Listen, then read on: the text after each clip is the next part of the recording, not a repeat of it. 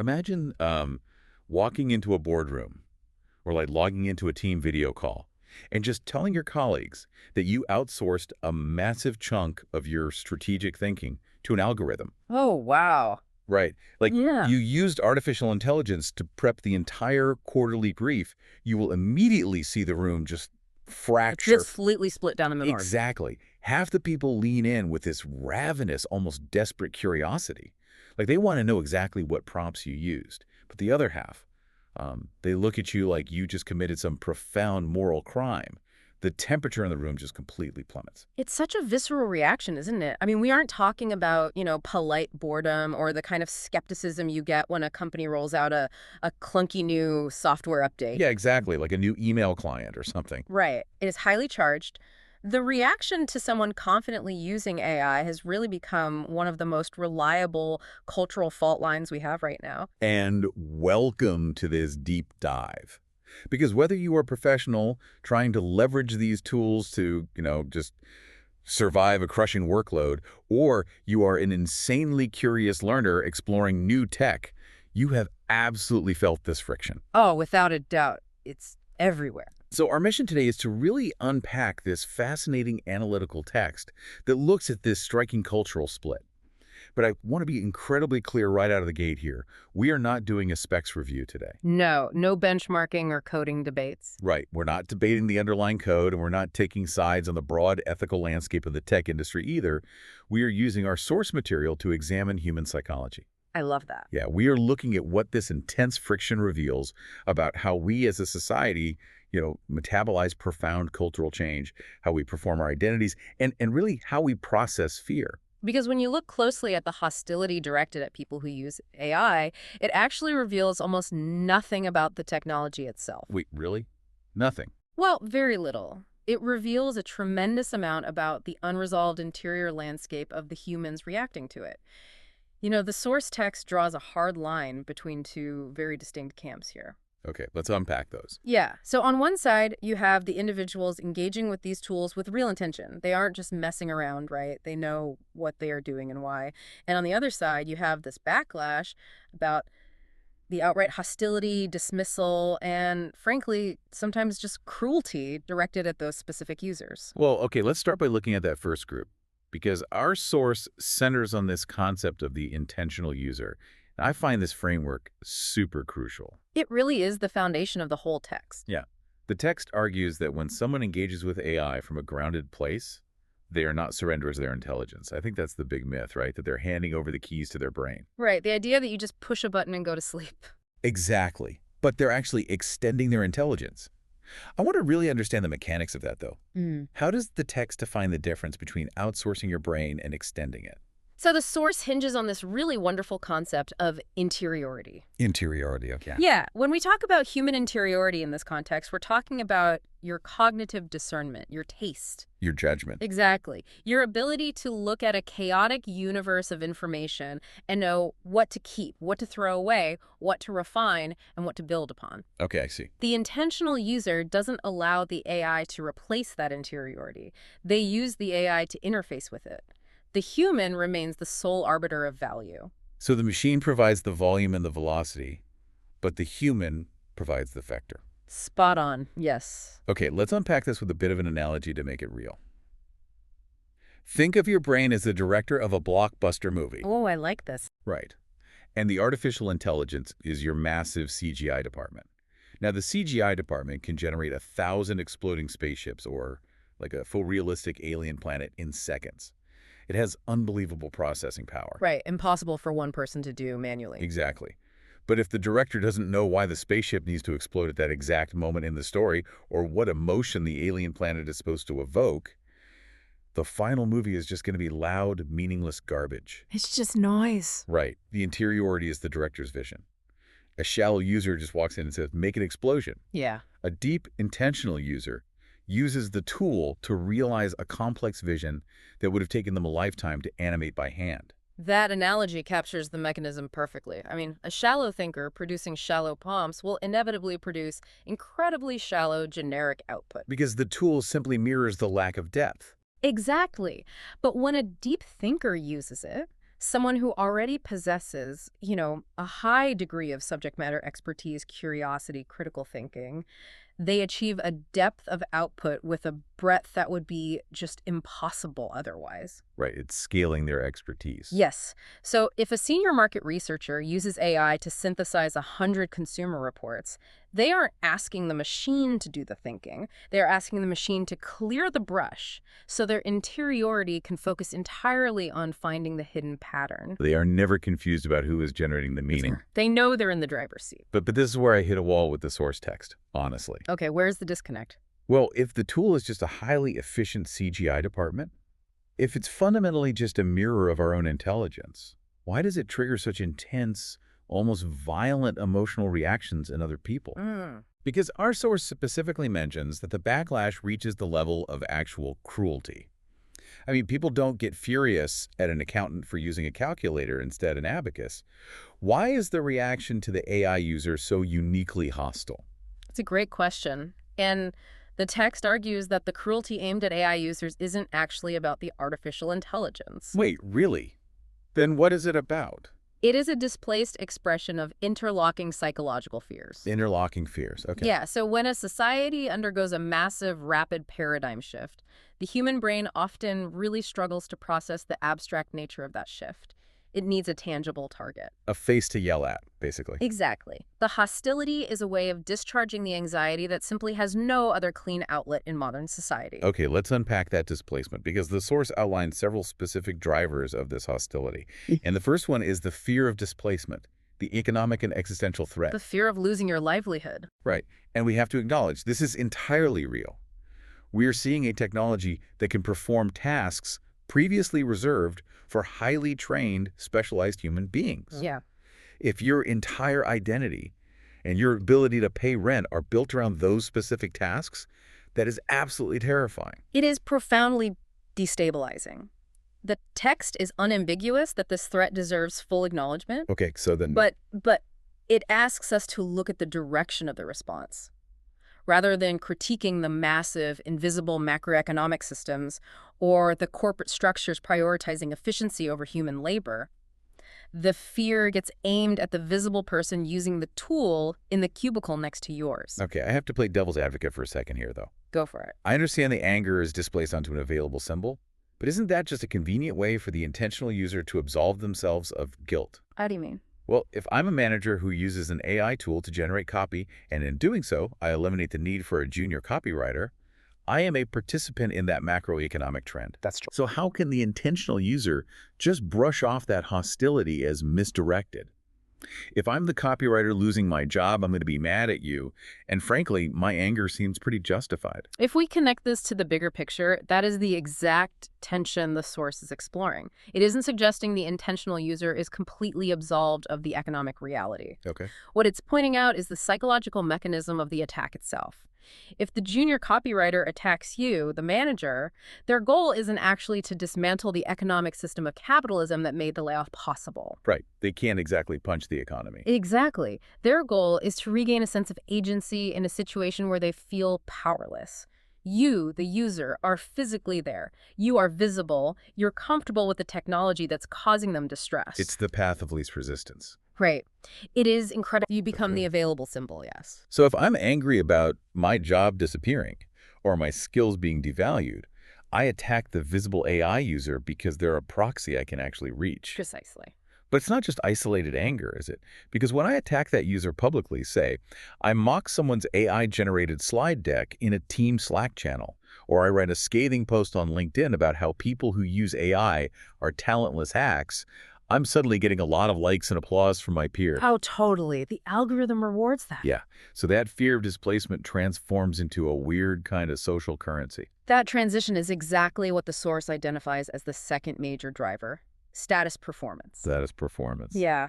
The hostility is often less about a genuine ethical or moral stance against the technology and much more about signaling membership to a specific in-group. Ah, I see. In creative, academic, and intellectual communities, publicly denouncing AI has rapidly become a required membership signal. Think about the last time you saw someone dunking on AI-generated art or text on your timeline. Were they actually offering a nuanced critique of the image's composition? Usually not. Right, no. They were fundamentally reminding you that they belong to the authentic, creative class. It broadcasts to your peers, look at me. I value the human soul. I value craft. I am one of the good ones. And while many people hold those values sincerely, the text asks us to look at the performative element. The theater of it. Yes, when someone uses their anger at an AI user to secure their own status within their community, they are utilizing the very person they are attacking as a prop. Wow. By publicly rejecting you and your tools, they accumulate social credit. They define their own purity by actively defining your contamination. Which brings us to the historical blind spot in all of this. Because this performative outrage, this obsession with creative purity, it doesn't exist in a vacuum. Not at all. It connects directly to the third driver our source outlines, which is this really outdated mythology of the suffering artist. Oh, this is a fascinating part of the text. Yeah, we have centuries of Romantic-era thinking embedded in Western culture that dictates a very rigid idea of what real work must look like. The Romantic myth insists that true, authentic creativity can only emerge from solitude, intense struggle, and, untouched human suffering. Right, the tortured genius. Exactly. It's the starving artist freezing in a Parisian garret, waiting for lightning to strike. And according to this deeply ingrained cultural script, any tool that alters that process, anything that makes the work faster, more iterative, or less agonizing, is inherently a form of cheating. Because you didn't suffer enough for it. Right. It feels like contamination of the purity of the human struggle. Here's where it gets really interesting, though, because if we actually look at history, that's a total fabrication. Complete myth. We romanticize the lone genius in the attic, but didn't Renaissance masters like Michelangelo or Rembrandt have entire workshops of apprentices? They absolutely did. Dozens of them. Right. They would design the composition, and then a dozen junior painters would spend weeks mixing paints and filling in the backgrounds of their masterpieces for them. Creativity has literally always involved tools, profound collaboration, assistance, and delegation. Always. The idea of the purely isolated creator is mostly a fiction we just invented in the 19th century. And the source validates exactly this argument. The hostility we are witnessing is a fierce defense of a ghost. A ghost. I love that phrase. It really is. It's the defense of a mythology that predates the actual historical conditions of creative labor. Because every time a disruptive tool is introduced, the camera, the synthesizer, digital editing software, it is initially met with panic from the establishment claiming it will destroy true art. Every single time. The people attacking AI users today believe they are defending human authenticity, but they are actually just defending a highly romanticized version of the past that completely ignores how human output has always functioned. So they are defending a 19th century ghost. Yeah. But even if we accept that the lone genius is a myth, and even if we acknowledge the social signaling, I still struggle to understand the sheer knee-jerk dread of the modern reflex. Like, why is the immediate reaction to attack the user rather than simply ignoring the technology if you just don't like it? That brings us to the fourth driver, which really operates beneath the surface of all the others. Generalized technophobia, or unexamined dread. Unexamined dread. Yeah, I mean, the modern brain is constantly bombarded with dystopian narratives. Think about decades of science fiction where artificial intelligence inevitably destroys humanity. Terminator, Matrix, all of it. Exactly. You combine that with daily corporate panic, sensationalized news headlines, and just endless philosophical doom scrolling. Yeah, the vibes are bad. Right. And the human nervous system absorbs all of this and arrives at a state of floating, generalized dread. It's cognitive overload. You can't articulate exactly how the algorithm works or what it's going to do. You just know the overall vibe feels apocalyptic. And because most people have not taken the time to actually engage with the technology intentionally, to demystify it and see what it can and cannot do, that free-floating dread desperately looks for an anchor. It needs somewhere to land. Exactly. It attaches itself to whatever is nearby. If you are nearby and you are visibly comfortable collaborating with this technology, that unexamined fear is projected entirely onto you. Wow. The source notes this beautifully. This is not a considered position. It is a reflex. It dresses itself up in the language of ethics or artistic integrity, but underneath, it is simply the brain's fight-or-flight response to a scary, poorly understood stimulus. So when you stack all four of those drivers on top of each other, the tangible fear of economic displacement, the social reward of status performance, the defense of a fabricated creative mythology, and this neurological generalized dread, You get a devastatingly potent cocktail of hostility. It's a perfect storm. But so, what does this all mean? If I'm a listener dealing with this on a Tuesday morning, if I'm trying to use these tools to streamline my workflow, and I'm catching passive-aggressive comments in a meeting, how am I supposed to navigate this? Yeah, it's tough. What does it actually mean to be the target of this cocktail? The source provides a truly piercing insight here, and it requires us to look at the concept of cognitive dissonance. It synthesizes this core revelation. None of this hostility originates from a coherent assessment of harm. Okay, then where does it come from? It comes from disruption. It is the violent collision between an entrenched worldview, how someone believes the world ought to work, and a new reality that simply refuses to conform to that belief. It's the friction of the map no longer matching the territory. Yes. And instead of updating their map, they get furiously angry at the territory. That is the perfect way to visualize it, and the text gets incredibly empathetic here, even while being very blunt. It identifies this hostility as a symptom of the attacker's unfinished processing. Unfinished processing. Yes. When the human brain encounters a paradigm shift, it cannot immediately metabolize. It short-circuits into hostility as a defense mechanism. It is easier to attack the person holding the new map than it is to do the hard internal work of reorienting yourself to a changed landscape. I want to make sure we really highlight that for the listener.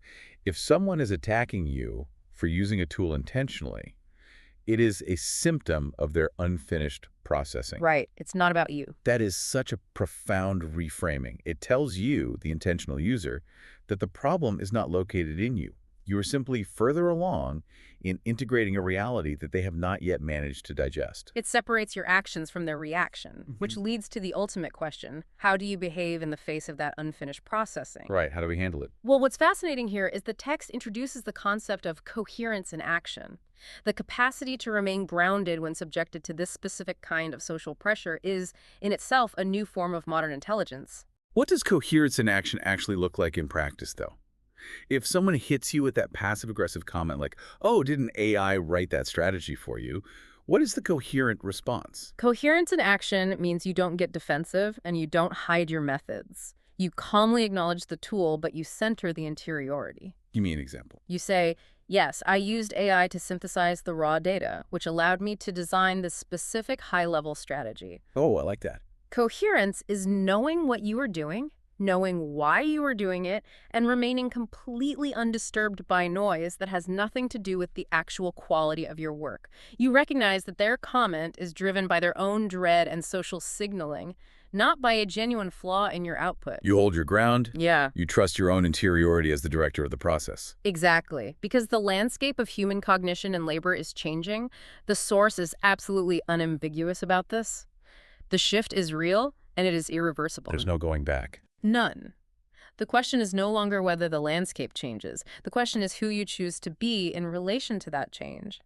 Are you going to be led by unexamined fear into endless reactivity, desperately defending a ghost? Right. Or are you going to be led by clarity into genuine engagement with the reality sitting right in front of you? So the cruelty of others is just data, but it is data about them. Yes. It tells you everything about where they are in their processing journey, and it tells you absolutely nothing about the ethics or the value of where you should be. It transforms the attack from a personal insult into an observation of someone else's cognitive friction. As we wrap up this deep dive, I want to pull all these threads together for you, the listener.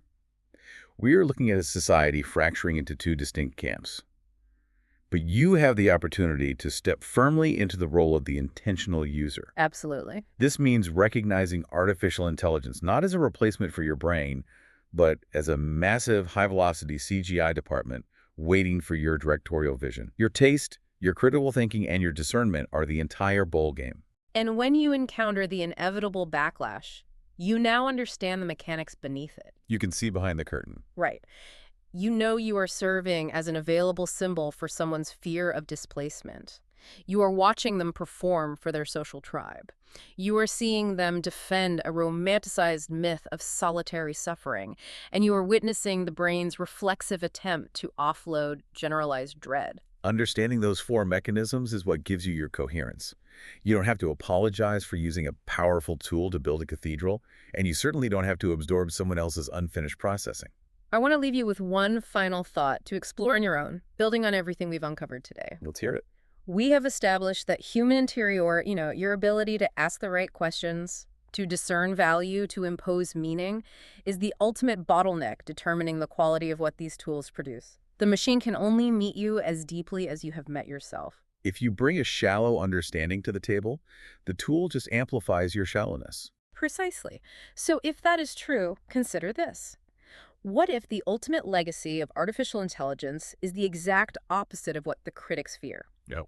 Instead of making us lazy, instead of replacing the human mind, what if collaborating with a system that possesses infinite volume but zero inherent meaning forces us to become far more deeply human? Oh, wow. What if it demands that we become vastly more self-aware, more intensely curious, and more intentionally rigorous in our thinking than any previous generation ever had to be? That completely flips the script. Yeah. If the algorithm can do all the heavy lifting of synthesis and production, the only thing left that has any real value is the unique, irreplaceable quality of the human mind directing it. Exactly. When the temperature in the room drops and the panic sets in, it has never really been about the software on the table. It is, and always has been, a mirror reflecting the human sitting around it. Something to keep in mind the next time you open a prompt window.